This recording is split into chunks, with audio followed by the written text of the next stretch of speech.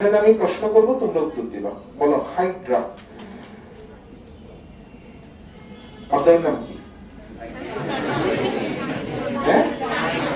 American অবদায় 2.1। আচ্ছা, good. অনেকে কাজ করি বলে। আচ্ছা, এই হাইড্রা কোন পর্বের?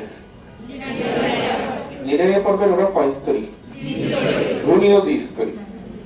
বাইরে একটা নাম এপিডার্মিস, ভিতরেরটার নাম গ্যাস্ট্রোএন্ডোডার্মিস। কি আছে এগুলোতে? কোষ আছে, কোষ। বাইরেটাতে কয় প্রকার কোষ?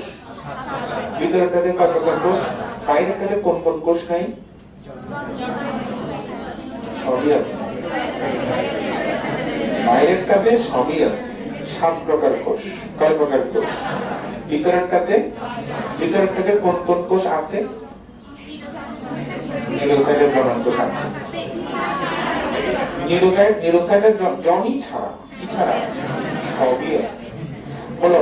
পুষ্টিকোষ কোথায়? এপিডার্মিসে না এন্ডোডার্মিসে? পুষ্টিকোষের অপর নাম কি? পেশি আবরণী কোষ। এপিডার্মিসেও আছে, এন্ডোডার্মিসেও আছে। তাহলে কেন বললাম পুষ্টিকোষ এপিডার্মিসে নাই? যেখানে একটা তো ভুলেছে, শুরুতে ভুলেছে। পুষ্টিকোষ মানে পেশি আবরণী কোষ নয়, পুষ্টিকোষ মানে গ্যাস্ট্রোডার্মাল পেশি আবরণী কোষ। কি বললাম? ক্লিয়ার করে দিতে হবে। পুষ্টিকোষ মানে পেশি আবরণী কোষ, তবে কোথাকার? এন্ডোডার্মিসের। প্লাজেলীয় কোষ কি কোষ? গ্রন্থি কোষ নাকি পুষ্টিকোষ? তোমরা একটা আনসার দাও, তারপর আমি একটু ভুললে আনসার চেঞ্জ হয়ে যাবে। কেন? প্লাজেলীয় কোষ এটা কি গ্রন্থি নাকি পুষ্টিকোষ? ক্ষণপদীয় কোষ পুষ্টিকোষ। মিউকাস নিঃস্রাবী কোষ, এনজাইম নিঃস্রাবী কোষ। Very good. এদের পরিপাক কয় ধরনের? কি কি? আমি বলি, অন্তঃকোষীয় এবং আন্তঃকোষীয়। সঠিক নাকি ভুল? হাইড্রা নিরেরিয়া পর্বের। ওদের জীবনচক্রের 2টা দশা, পলিক দশা, মেডুসা দশা। মেডুসা দশা মুক্ত, সেখানে যৌন জনন হয়। পলিক দশা স্থির, সেখানে অযৌন জনন হয়, যেমন মুকুল উদ্গম। কিন্তু প্রশ্ন হচ্ছে, এদের পরিপাকও 2 ধরনের, এদের ভ্রূণস্তরও 2 ধরনের, পরিপাক যে 2 ধরনের, সেগুলো কি কি? সরিয়া বলো কি? অন্তঃকোষীয়, আন্তঃকোষীয়। আমার দেহের ভিতরে, আমার পেটের ভিতরে যা হচ্ছে সেটা কি? আমি একটা কোষ, আমার পেটের ভিতরে হচ্ছে, তাহলে আমার ভিতরে মানে অন্তঃকোষীয়। তুমি একটা কোষ, তোমার পেটের ভিতরে যা হচ্ছে সেটা কি? সেটা অন্তঃকোষীয়। সেটা কি? 2 জনের মাঝখানে করিডোরে যা হচ্ছে, 2 জনের মাঝখানে আন্তঃকোষীয়। এখন আন্তঃকোষীয় যেটা করিডোরে হচ্ছে, এটা আমার দেহের ভিতরে না বাইরে? তাহলে এটার অপর নাম বহিঃকোষীয়। তাহলে বহিঃকোষীয় কার নাম? অন্তের অপর নাম নাকি আন্তর? এক্সট্রা সেলুলার এটা মানে কি? বহিঃকোষীয়। ইন্টারসেলুলার এটা মানে কি? আন্তঃকোষীয়। তাও বহিঃকোষীয়। পাগল করে দিচ্ছি। ইন্ট্রাসেলুলার অন্তঃকোষীয়। খেয়াল করো, ইন্ট্রা মানে ভেতরে, ইন্টার মানে 2 জনের মাঝখানে মানে বাইরে, এক্সট্রা মানে বাইরে। তাহলে অন্তঃকোষীয় আর ইন্ট্রাসেলুলার এটা ছাড়া বাকি যা শুনবা সব কি? বহিঃকোষীয় বা আন্তঃকোষীয়। সরিয়ে নাকি সরিয়া ভালো করে দেখবা, বুঝতে পারছো? আচ্ছা, প্রশ্ন হচ্ছে সেটা না, প্রশ্ন হচ্ছে আন্তঃকোষীয় বা বহিঃকোষীয় পরিপাক কোথায় হয়? সহজ করে বলে দিই, কোষের বাইরে হয়। কোথায় হয়? আর অন্তঃকোষীয় কোন কোষের ভিতরে? এপিডার্মিসের কোষের ভিতরে নাকি গ্যাস্ট্রোডার্মিসের ভিতরে?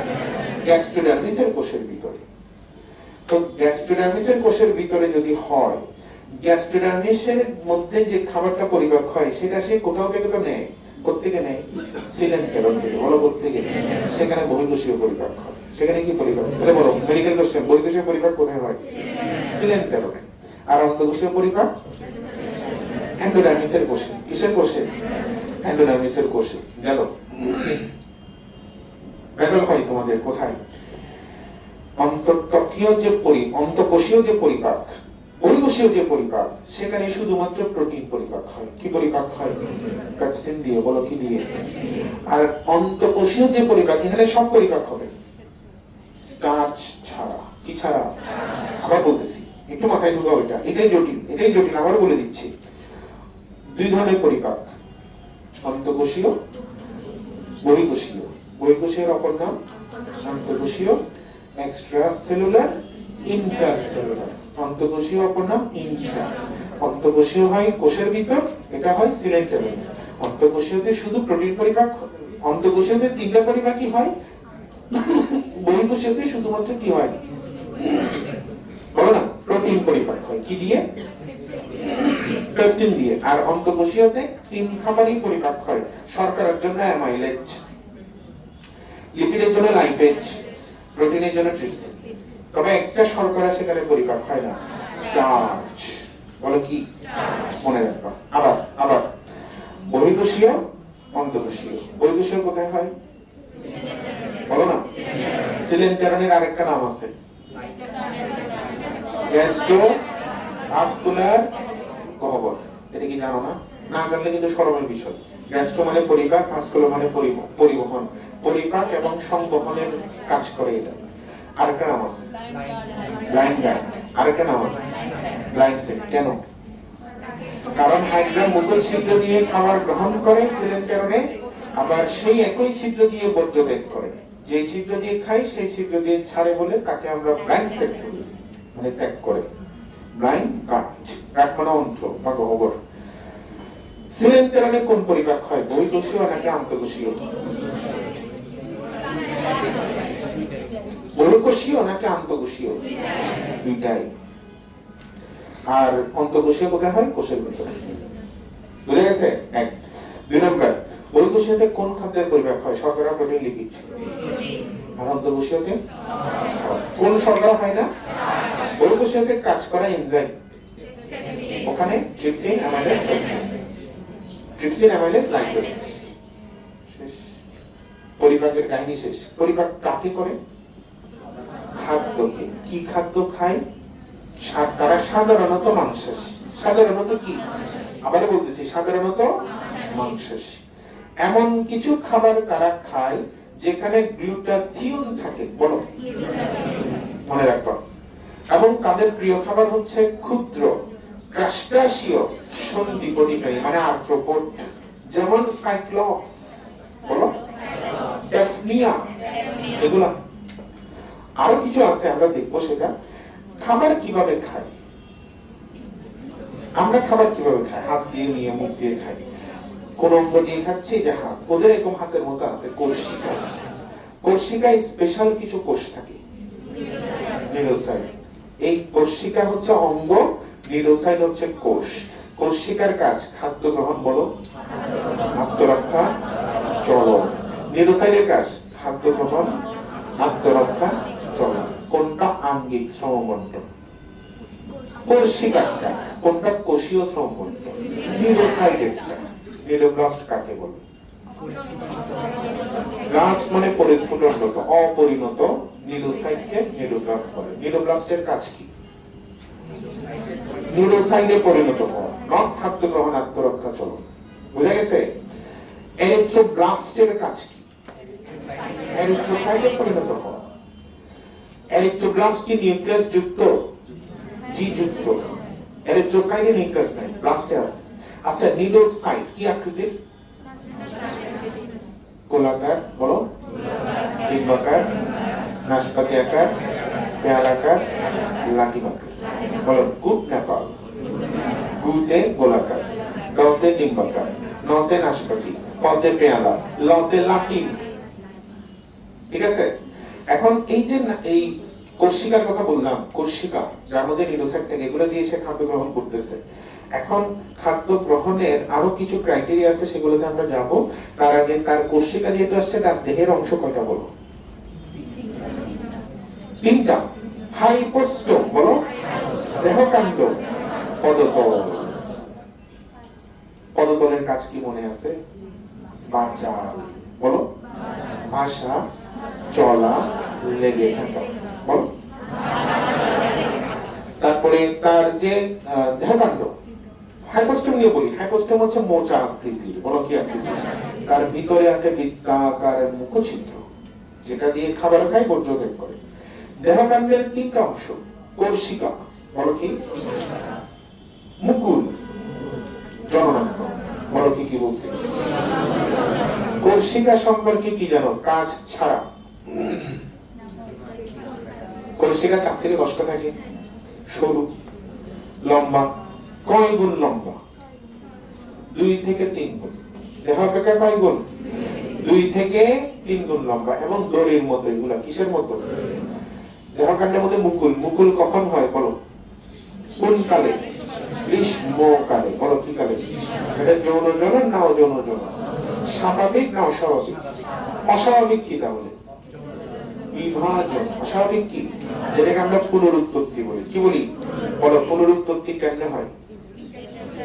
ইন্টারস্টিশিয়াল কোষ দিয়ে। কয়দিন পর পর তার দেহের সব কোষ চেঞ্জ হয়। এটাকে কি বলে? প্রটিপোলেন্সি। এই যে পুনরুৎপত্তি, এটা সম্পর্কে কে বলছিল? আব্রাহাম। কত সালে?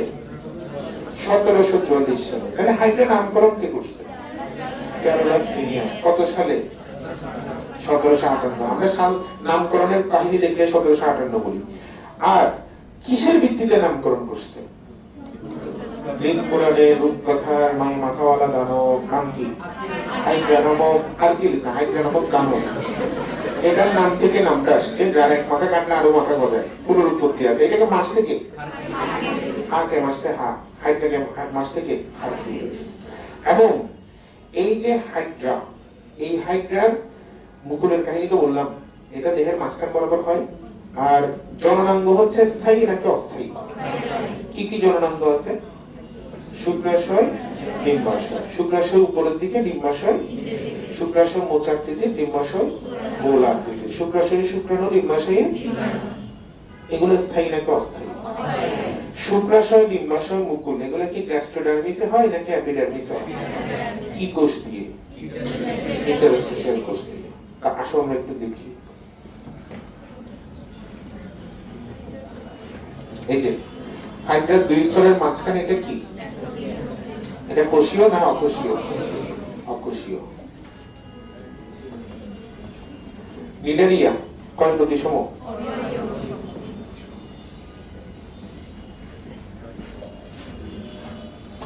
এই হাইড্রাটা কয় লিঙ্গ? এক লিঙ্গ নাকি উভলিঙ্গ? কেন উভলিঙ্গ? শুক্রাশয় আছে, ডিম্বাশয় আছে। কিন্তু এখানে কি সনিষেক হয়? হয়। উভলিঙ্গ হলেও সনিষেক। সাধারণত হাইড্রা উভলিঙ্গ। কথাটা সত্য না মিথ্যা? সাধারণত মানে নরমালি মনে করো আমরা সবাই হাইড্রা।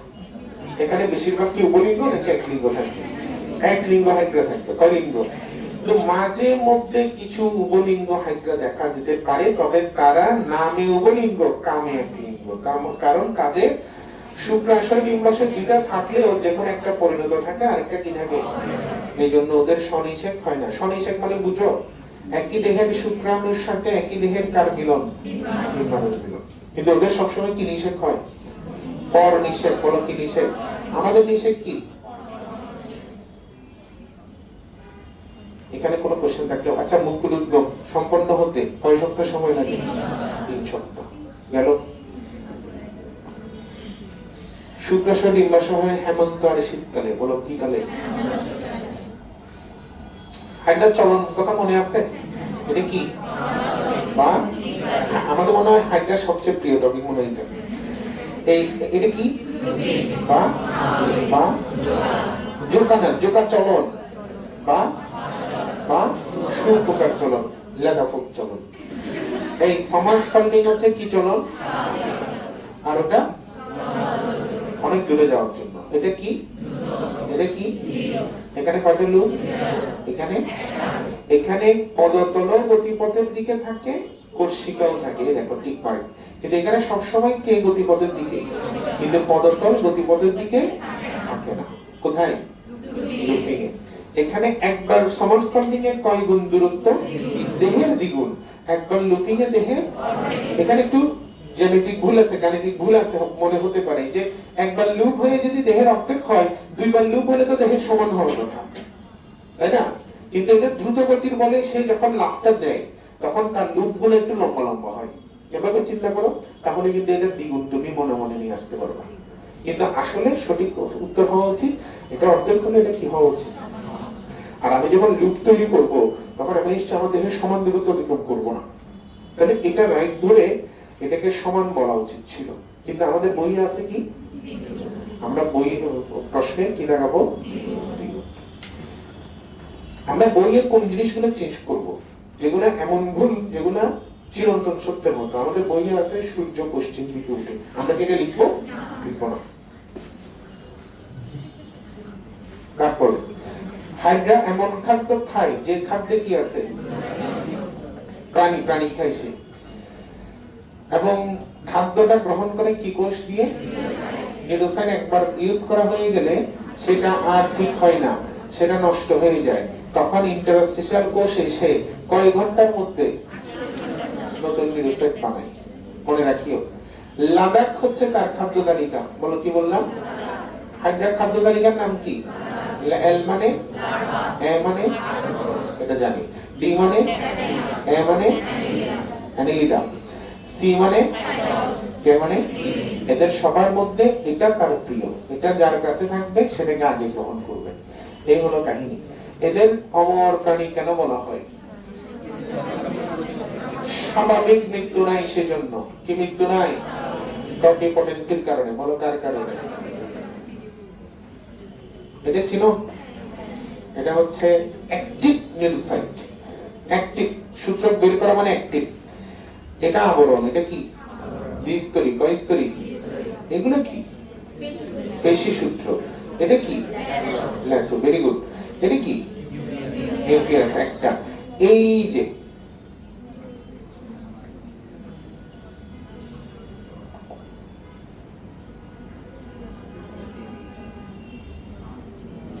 এই জিনিসটা কি, এই জিনিসটা কি, এটা পুরোটাই কি নিউরোসাইট, সরি নেমাটোসিস্ট।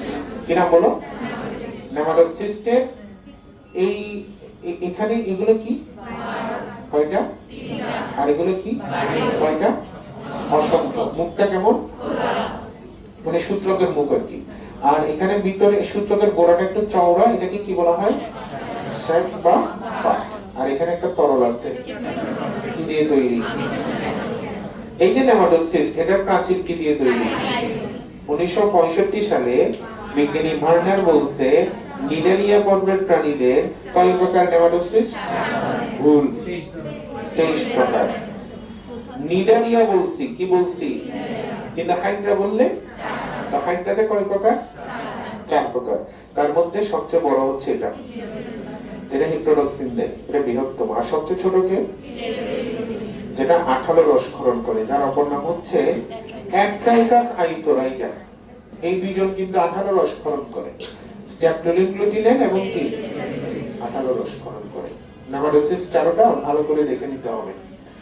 আর হাইড্রার যে মৃতজীবিতা দেখায়, কোন হাইড্রা, কোন শৈবালের সাথে। হাইড্রার উপকার কি, শৈবাল থেকে সে কি পায়, আর কি পায়, আর হাইড্রা কি দেয় বিনিময়ে, আরো কি দেয়, কেমন অভদ্র, কি দেয়, এটাই সে খুব ধন্যবাদ জানিয়ে নেয়। আর সবচেয়ে বড় কথা হচ্ছে কে কার দেহে আশ্রয় নেয়, শৈবাল হাইড্রার দেহে আশ্রয় নেয়। এই যে আশ্রয় কোথায়, গ্যাস্ট্রোডার্মাল পেশি আবরণী কোষে। বলো কোথায়, এটাকে কি বলা হয়, মিউচুয়ালিজম বা সিম্বায়োসিস বা মিথোজেনিজম। সম্বন্ধন আমরা জানি, সম্বন্ধন জানি না, সম্বন্ধন কি, কাজের বিন্যাস আর কি, বিভিন্ন কোষ বিভিন্ন কাজ করে, বিভিন্ন অঙ্গ বিভিন্ন কাজ করে, ওটা এটা সিকির জন্য ইম্পর্টেন্ট। এই যে এই 7 আর 5 প্রকার কোষ সম্পর্কে বিস্তারিত জেনে নিতে হবে। আমার মনে হয় না হাইড্রাতে কোনো কিছু বাদ রাখছি, সবকিছু নিয়ে আলোচনা করছি। তবে আমি এভাবে আলোচনা করতে পারতাম, নিউরোসাইট লিখে সুন্দর মতো নিউরোসাইটের যা যা আছে এগুলো নিয়ে আলোচনা করতে গেলে 1 ঘন্টায় আমরা দিলে এই নিউরোসাইট বুঝাতে পারতাম। দরকার আছে এখন তোমরা কোন ইয়ারে, থার্ড ইয়ারে, তাই না? থার্ড ইয়ারের স্টুডেন্টকে এভাবে পড়ানো মানে এটা বড় শরমের বিষয়, তাই না? এই জন্য আমরা এভাবে পড়াবো না, লাগবেও না। তুমি দেখো আমরা এই ঠিক 20 মিনিট আলোচনা করছি হাইড্রা, ওই দেখো 35-এ আমি আলোচনাটা শুরু করছি, কিন্তু 1 ঘন্টার উপরে আলোচনা করছি কি প্রায় যেটা যেভাবে লাগবে সেটা সেভাবে আমরা আলোচনা করব। লিখতে দিই নাই, বাসায় গিয়ে লিখে ফেলবা। আর স্লাইডটা দিয়ে দিচ্ছি গ্রুপে, প্রাইভেটের স্লাইডটা দিচ্ছি। একটা স্লাইড আমার মনে হয় দেওয়ার দরকার নেই, আমি ওই টাকানো পিডিএফ দিয়ে রাখবো, গ্রুপে টাকানো পিডিএফ দিয়ে রাখবো। তোমাদের একটা কথা বলি, তোমাদের অনেকে জিজ্ঞেস করছে যে কয় তারিখ পর্যন্ত, অনেকে হোস্টেলে থাকে, হোস্টেল অফ হয়ে যায়। আমাদের ন্যূনতম 25 মার্চ পর্যন্ত ক্লাস হবে। কথা বুঝতে পারছো? 26 মার্চ থেকে 26-27 ক্লাস হতে পারে, বলা যায় না, তবে 25 মার্চ মিনিমাম। তোমরা যদি প্ল্যান করো যে বাসায় যাব, বাড়িতে যাব, শপিং এ যাব, এই করবো সেই করবো, এগুলো 25 তারিখের পর, 25 তারিখ পর্যন্ত এখানে ক্লাস হবে। কি কি ক্লাস হবে বলে দিই। আজকে কয় তারিখ বলো তো? কালকে 10 তারিখ, কালকে আমি নিব। 12 তারিখে আমি নিব। কালকে মেবি প্রাণী বিজ্ঞানকে ধরবো, সরি কালকে না, তোমাদের হচ্ছে 11 তারিখ, 11 তারিখ প্রাণী বিজ্ঞানকে এক ধরবো। 13 তারিখ হচ্ছে বোটানিতে 2 ধরবো। 14 তারিখ ফিজিক্স হবে, ফিজিক্স সেকেন্ড চ্যাপ্টার, সিরিয়াল আকারে কত 3। তারপর হচ্ছে এই 16 তারিখ হচ্ছে আমি নিব প্রাণী বিজ্ঞানকে 5। 18 তারিখ আমি বোটানিতে 7 দিয়ে দিব, গ্রুপে দিয়ে দিব। 20 তারিখ কেমিস্ট্রি ক্লাস চ্যাপ্টার 3 এক পার্ট। 21 তারিখ শুক্রবার chemistry class chapter 3 second part. 23 তারিখ chemistry class chapter 4 first part, মানে পার্ট 1। আর 25 তারিখ কেমিস্ট্রি ক্লাস চ্যাপ্টার 4 শেষ পার্ট। কথা কি বুঝে গেছে? এইভাবে আমাদের রুটিনটা আমরা সাজাচ্ছি। ঈদের আগ পর্যন্ত রুটিন তোমাদের দিয়ে দেওয়া হবে। 3টা থেকে 5টা রয়েছে রুটিন, একটা দেওয়া হবে, 1টা থেকে 3টার একটা দেওয়া হবে। তুমি 1টা থেকে 3টা মিস করলে 3টা থেকে 5টায় আসার সুযোগ আছে, কিন্তু 3টা থেকে 5টা মিস করলে 6টায় আসিও। তো দেখো, মিস করা যাবে না কিন্তু। তাহলে আমি যে রুটিনটা আমি একটা রাফ করছি, এটা আমি সুন্দর করে ইয়ে করে আমি দিয়ে দিচ্ছি। আর এক্সাম কি তোমরা জানো তো? এক্সাম হবে অধ্যায় শেষ হবে। কি বলছি? কেমিস্ট্রিতে যেমন ফুল অধ্যায় শেষ হলে সেটা যেদিন শেষ তারপর দিন অল্প এক্সাম, এটা জিজ্ঞেস করিও না। কথা কি বুঝতে পারছো? তুমি গত ক্লাসে একটা অধ্যায় শেষ করছিলে, তাহলে আজকে আসছো এক্সাম দিতে হবে। আর এক্সাম জাস্ট টাইমে শুরু হবে, এক্সাম নিয়ে কোনো ছাড় নেই। কারণ আমাদের ক্লাস কয় ঘন্টা? 2 ঘন্টা। আমি এক্সাম ছোট করছি, আমার কোশ্চেন কোনোটা 100 নম্বরের নিচে নাই। 260-70 পর্যন্ত কোশ্চেন এক একটা অধ্যায়ে। কিন্তু এগুলো কোশ্চেন নিলে, এই কোশ্চেন তোমরা দেখাতে দেখাতে অর্ধেকের সময় দেখবে যে তোমরা বেহুশ হয়ে গেছে, এত বড় বড় কোশ্চেন। এগুলো ছোট করতে হয়েছে। 50 মার্কস 25 মার্কস, ফিজিক্সে 25 দিছি, কেমিস্ট্রি বায়োলজিতে 50 দিছি, আবার ছোট ছোট যেগুলো ওগুলোতে আমরা 20-25 করে দিব। কিন্তু ওই কোশ্চেনে তুমি কত পাচ্ছ? 50-এ যদি তোমার মার্কস 40 না উঠে, তুমি প্রস্তুত নও। কথা কি বুঝে গেছে? এখন বলতে পারো স্যার মাত্র শুরু করছি, 2-3টা এক্সাম দিচ্ছি, এভাবে ডর লাগাচ্ছে। দেখো, ডর লাগাই নাই, আমার সতর্ক করতে হবে না। আমি যদি বলি যে এখানে কার চালাচ্ছ, ওখানে ওইটা অ্যাক্সিলারেটর, এটা দেখা হচ্ছে সামনে যাবে, বাম পাশেরটা হচ্ছে ব্রেক।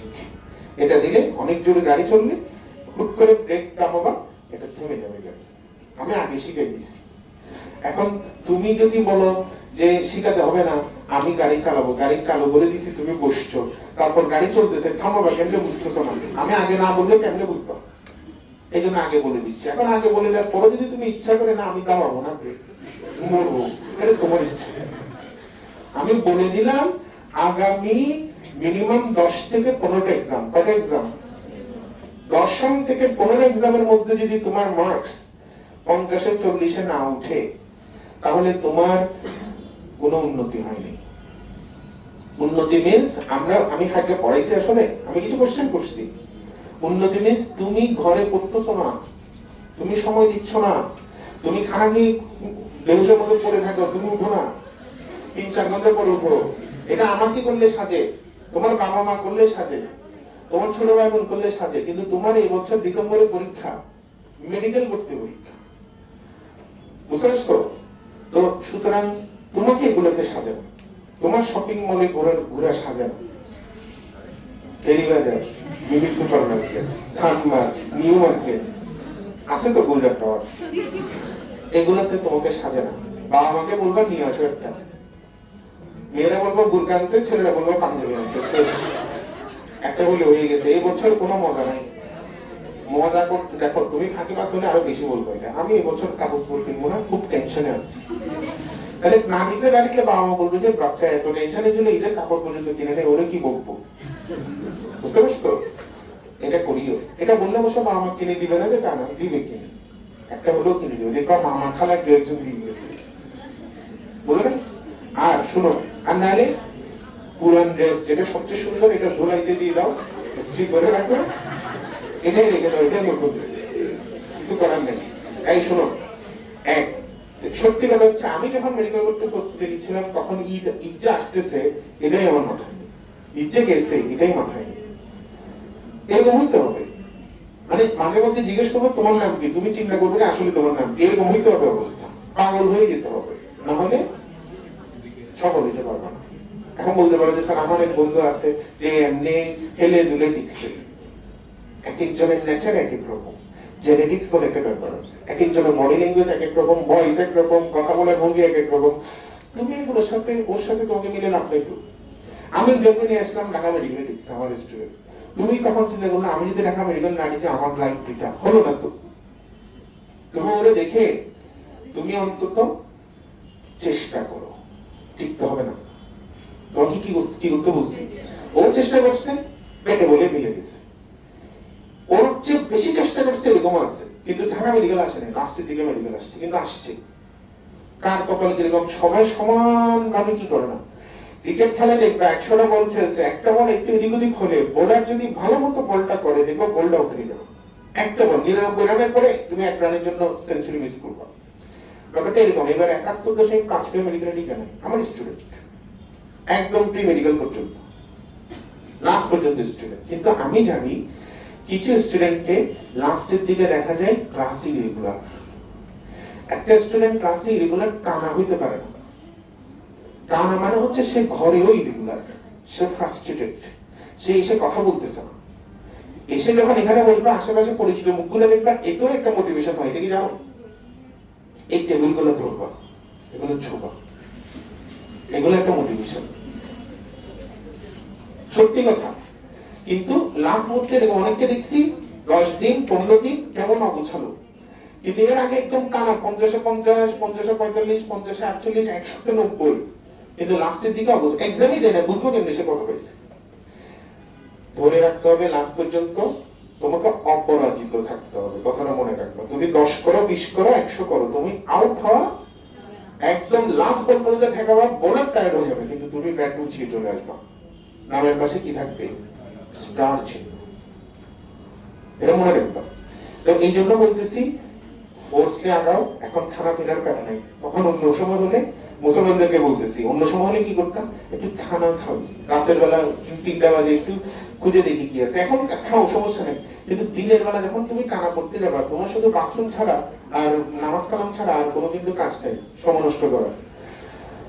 টানা পড়ার অভ্যাসটা করো, এবং দিনের পরে দিনে তুমি 2টা ভাগে ভাগ করতে পারো, যে আমার ইন্টারের পড়া একদিকে, আমি সেটা বললাম এখানে আজকে আমি কেন প্রাইভেটে দিচ্ছি সেটা তোমরা হয়তো বুঝো না, এটা ছোট একটা অধ্যায়, এটা তোমার কোনো প্যারা দিবে না, অনেক বেসিক নলেজ দিচ্ছি যেগুলো নকলবিজিতে লাগবে, সব সিলেবাস আপাতত আপনি মনে প্রয়োজন।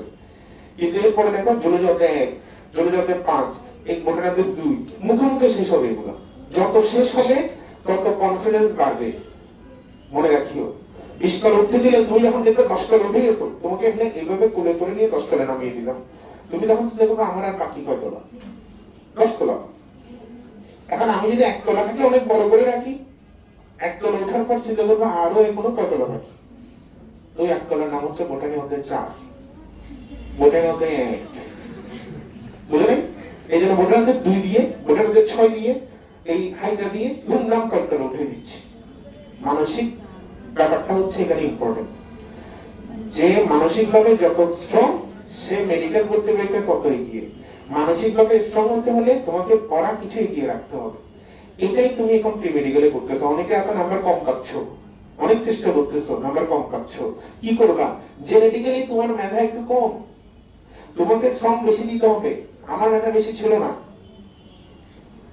কারণ মেধা বেশি থাকে না। এখানে এই ক্লাসরুমে যদি বেশি হিসাব করে জেনেটিক্যালি 1-2% হয়তো জেনেটিক্যালি টুকুর মেধাবী হইতে পারে, 1-2% এর বেশি না। তাহলে তোমাকে জাস্ট চেষ্টা করে যেতে হবে তোমার ইমপ্রুভ হচ্ছে কিনা। গত ক্লাসে 20, এই এক্সামে কি আমার 21 হয়েছে নাকি 19 হয়েছে? গত এক্সামে 25, এই এক্সামে আমার 27 হয়েছে। তো না হইলে আগামী এক্সামে 30 করে দেখাবো। কথা বুঝতে পারছো? তোমার শেষ 10 এক্সামের নাম্বার যাতে 50-এ 40, শেষ 11তম এক্সাম থেকে যাতে প্রথম 10 এক্সামের পর 11তম এক্সাম থেকে যাতে তোমার মার্কস 80% উন্নীত হয়। যদি উঠে মাঝে মধ্যে ফ্র্যাকচার করতে পারে, তবে রেগুলার যাতে এটা মেইনটেইন হয়, এটা খেয়াল রাখো। তুমি পড়বা, এসে এক্সাম দিবা, আমরা ধরে রাখবো তোমাকে। কিরকম ধরে রাখবো? আমরা রুটিনটা মেইনটেইন করবো, লেকচার দিয়ে যাবো, এক্সাম ফ্লোতে রাখবো তোমাকে, ফ্লো নষ্ট হতে দিব না। অসুখ বিসুখ হলে অনলাইন ক্লাস আছে। এখন একটা সমস্যা হয়ে গেছে, ফেসবুকে লাইভ ক্লাস গুলো 30 দিনের বেশি থাকবে না। প্রথমে মনে করছিলাম এটা মনে হয় বাগ, কিন্তু ওরা আসলেই 30 দিনের বেশি রাখবে না। ফেসবুকে কোনো ভিডিও আপলোড করতে দিচ্ছে না, এটা জানো? আমরা ইদানিং ইউটিউবে দিচ্ছি কেন? পারতেছি না ফেসবুকে আপলোড করতে। না, রেকর্ডেড আপলোড হয় না। এগুলো এক একটা ক্লাস হচ্ছে 1.5 ঘন্টা, জিবি হিসাব করলে 10 থেকে 12 জিবি। তুমি যেটা চাইছো এটা 10 সেকেন্ডের রিল মনে হয় আপলোড করতে চাইছো, এগুলো হবে। তুমি কি রিল করে আপলোড করতে পারবে, কিন্তু কিন্তু 10 জিবির ভিডিও আপলোড হবে না। আমরা চেষ্টা করে দেখছি, তারপরে তোমরা চেষ্টা করে দেখিও, যদি আপলোড হয় আমাকে জানাই, তাহলে তোমাকে দায়িত্ব দিব। কিন্তু সম্ভব হচ্ছে না, ইউটিউবে নিতে হচ্ছে। আর তোমাদেরকে যে লিঙ্কগুলা দিই, দয়া করে লিঙ্কগুলা শুধু তোমরাই দেখবা। আর কেউ যদি এখানকার স্টুডেন্ট নয় এমন কাউকে লিঙ্কটা দেয়, তাহলে সে টিকবে মেডিকেলে, ও টিকবে না, এটা বলে দেব। অতীতে দিয়ে থাকলে দিস, আজকে থেকে আর দিবা না। কথা বুঝে গেছে? আজকে থেকে আর দিবা না, খবরটা নিজে একসাথে করে দেখো। পাবলিক যেগুলো সেগুলো দাও, পাবলিক গুলো দাও, পাবলিক লেখা থাকে দেখবো ভিডিওর মধ্যে। তো আজকে একটু সারমর্ম হচ্ছে আমাদের পড়া চালিয়ে যেতে হবে, চেষ্টা আরো বাড়াতে হবে। আলসেমি থাকে, মানুষ মাত্রই অলস, কিন্তু সেটাকে ইমপ্রুভ করার চেষ্টা করতে হবে, রেগুলার থাকতে হবে, এক্সাম গুলো রেগুলার দিতে হবে, জাস্ট টাইমে এসে। কথা বুঝে গেছে? এই কথা বুঝে গেছে? প্রতিদিন কিছু না কিছু করতে হবে, বুঝে গেছে? আর ফেসবুকে কম সময় দিতে হবে এবং ঘরের পড়ার টেবিলে বেশি সময় দিতে হবে। কলম বেশি চলবে, লেখা বেশি চলবে, বায়োলজি হোক, ফিজিক্স, কেমিস্ট্রি, ম্যাথ হোক। ম্যাথে যেরকম কলম চলে, বায়োলজিতে এরকম কলম চলতে হবে। আমরা রাফ করবো, যত পারে রাফ করবো, তত মাথা খুলবে। আজকে একটু তাহলে রুটিনটা আমি দিয়ে দিব, এর আগে যাবে।